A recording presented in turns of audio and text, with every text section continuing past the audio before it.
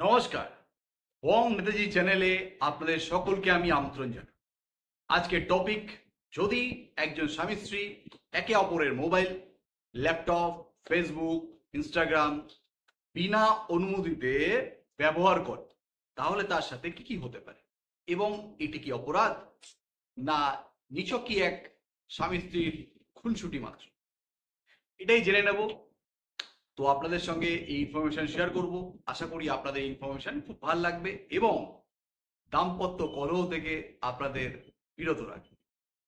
আজকে জানি যে স্বামী স্ত্রী অনেক সময় কি হয়, একে অপরের পারমিশন ছাড়া একে অপরের mobile phone, laptop, Instagram, Facebook, Twitter, যে কোনো সোশ্যাল মিডিয়া প্ল্যাটফর্ম, এছাড়া যেই ডিজিটাল গ্যাজেটগুলো আমাদের কাছে আছে, এগুলো ব্যবহার করে।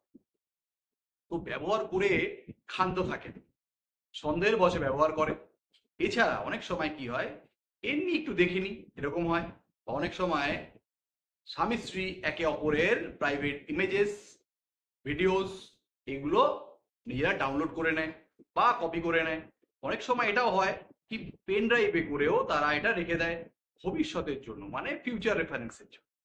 তো এইসব ক্ষেত্রে কি কি হতে পারে দেখুন।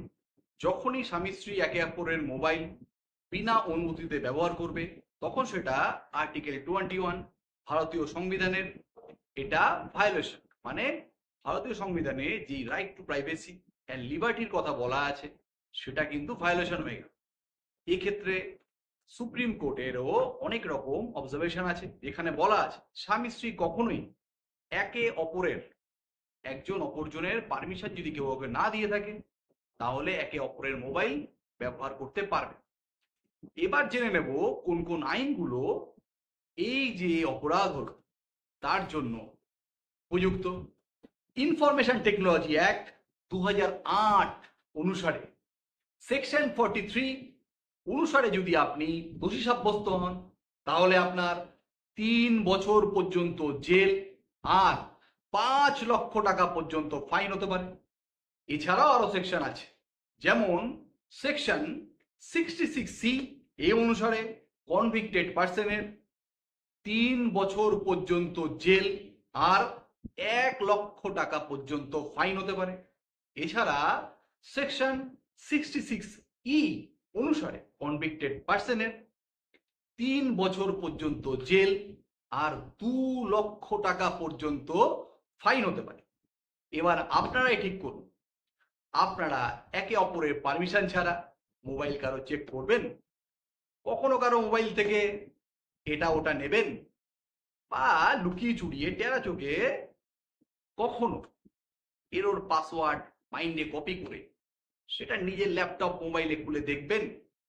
এই রিস্ক কি নেওয়া যায় এত ফাইন শোনার পর? শুধুই কি ফাইন, জেলটাও তো আছে ভাবুন। তাই আমি বলবো, সন্দেহ বাদ দিন, শুধুই থাক আস্থা আর ভালোবাসা। এবার কিছু কিছু মানুষের মনে বড় আনন্দ এসছে, পুলক জেগেছে।